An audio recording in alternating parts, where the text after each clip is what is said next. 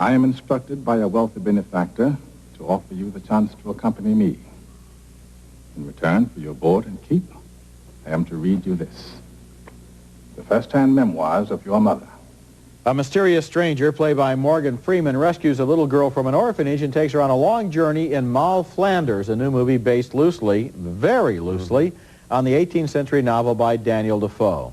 As the journey continues, Freeman reads to the girl from a journal compiled by her mother, and in flashbacks, we see the events she describes, as in this scene where Moll Flanders has no money and no place to live and falls under the influence of a madam played by Stockard Channing. That's Robin Wright from Forrest Gump in the title role. What's your nature?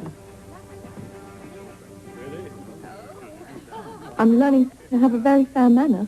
Learning? It seems to be a necessity if one is to succeed. At first, Moll is only a servant. Then she makes the fateful decision to auction off her virtue.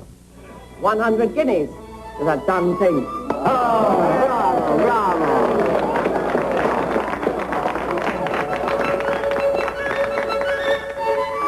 Her life as a prostitute turns her to drinking, and one night she meets a painter who wants to hire her only as his model. He's played by John Lynch, and he gives her some of the first good days of her entire life. I know who I am and what I've been, and so does your son. I just thought maybe there'd be some chance I'd fit into your family. That would have made me the proudest living thing. But no one can separate me from this man. Moll Flanders tells the story of a woman who came up the hard way in a hard society, and it doesn't try to make it all into a pretty picture. The end of the movie is a little melodramatic and unlikely, but then that's in the nature of stories like this. Moll Flanders made me care about this woman and about what happened to her. I didn't like the picture at all, Roger, and I'll tell you why.